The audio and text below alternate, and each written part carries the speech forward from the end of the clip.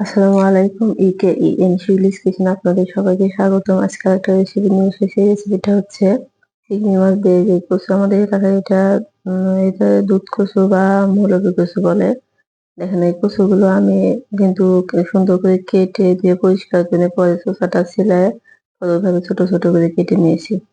যাই হোক এখানে আমি কড়াইতে একটু তেল দিলাম। এখানে পেঁয়াজ, কাঁচামরিচ সবকিছু একটু ভেজে নেব।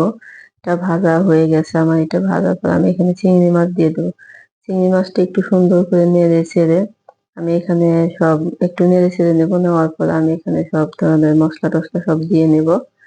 তারপর এখানে যে লবণ, হলুদের গুঁড়া, মরিচ, এই ধনিয়া গুঁড়া, তারপর হলুদ, মরিচের গুঁড়া সবকিছু দিয়ে আমি কিন্তু খুব ভালোভাবে নেড়ে দেবো। এখানে একটু জিরা বাটা দিলাম।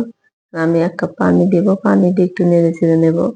এটা একটু মশলাটা যাতে পুড়ে না যায় আমি আরেকটু পানি দিব। দিয়ে এখন এই চিংড়ি মাছটা খুব ভালোভাবে আমি কষিয়ে নেব। এটা আমার কষানো হয়ে গেছে।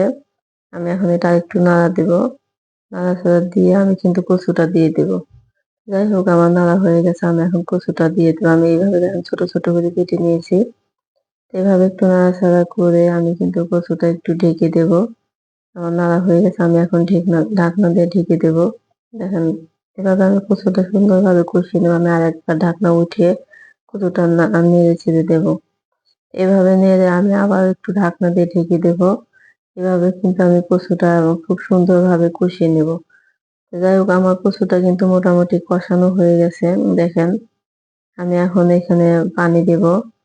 যাই হোক পানিটা আমি এখানে প্রায় ২ কাপের মতো পানি দেব। যাই হোক আপনারা আপনাদের মানে পরিমাণ মতো আপনারা পানি দিয়ে নিবেন। পানি দেওয়া হয়ে গেছে। আমি পরে আরেক কাপ পানি দিয়ে নিব। দিয়ে আমি এটা নেড়ে ছেড়ে দেখলাম যে আর কতটুকু পরিমাণ পানি দিলে ভালো হবে। এইজন্য আমি ১ কাপ পানি দেওয়ার পরে একটু নেড়ে ছেড়ে পরে আবার আরেক কাপ পানি দিয়ে দিলাম। যাই হোক আমি ঢাকনা দিয়ে ঢেকে দিলাম। দেখেন মানে ঢাকনাটা উঠে আমি কিন্তু আরেকটু নেড়ে দেব। এটা আমি নেড়ে ছেড়ে পরে আমি কিন্তু এটা আমি একটু দেখবো সিদ্ধ হয়েছে কিনা। যাই হোক এটা আরেকটু আমার চুলায় রাখতে হবে। এখানে আমার কিন্তু রান্নাটা প্রায় হয়ে গেছে। রেসিপিটা যদি ভালো লাগে লাইক, কমেন্ট, শেয়ার করবেন এবং সাবস্ক্রাইব করে পাশে থাকবেন। আল্লাহ হাফেজ।